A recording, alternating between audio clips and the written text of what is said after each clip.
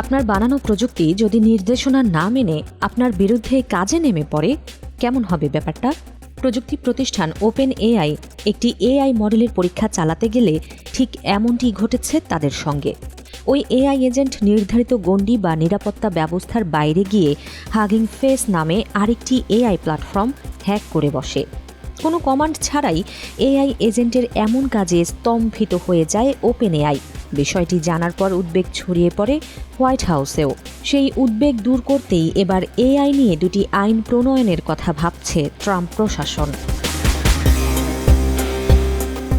নিয়ন্ত্রণহীন এসব এআই ঠেকাতে ডেমোক্র্যাট প্রতিনিধি টেড লিউ এবং রিপাবলিকান প্রতিনিধি ন্যাথানিয়েল মোরা এআই কিল সুইচ অ্যাক্ট আইন প্রস্তাব করেছেন, যা পাশ হলে যেসব এআই মডেল মানুষের জীবন, জাতীয় নিরাপত্তা বা অর্থনীতির জন্য ঝুঁকি তৈরি করবে তা বন্ধের নির্দেশ দিতে পারবে যুক্তরাষ্ট্রের ফেডারেল সরকার।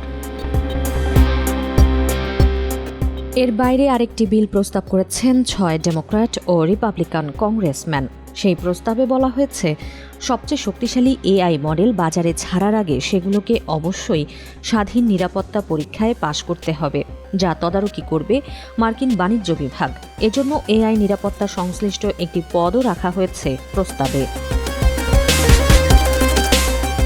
ওপেন এআই এর ওই ঘটনায় উদ্বিগ্ন প্রযুক্তি বিশেষজ্ঞরাও। তাদের মতে, এ ঘটনা দেখিয়ে দিয়েছে এআই প্রযুক্তির সক্ষমতা যত বাড়ছে ততই বাড়ছে নিরাপত্তার ঝুঁকিও।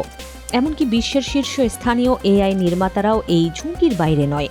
তাদের নিজের তৈরি মডেলই তাদের দুর্বলতার সুযোগ নিয়ে ক্ষতি করতে পারে।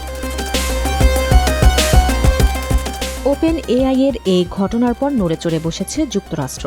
সরকার, আইন প্রণেতা এবং প্রযুক্তি বিশেষজ্ঞরা এখন এমন এক ব্যবস্থার কথা ভাবছেন যেখানে ভবিষ্যতে কোনো শক্তিশালী এআই মানুষের নিয়ন্ত্রণের বাইরে চলে গেলেও সেটিকে দ্রুত থামানো যাবে। তবে এআই এর এই লাগামহীন প্রতিযোগিতায় নতুন এসব আইন কতটা কাজ করবে তা সময়ই বলে দেবে।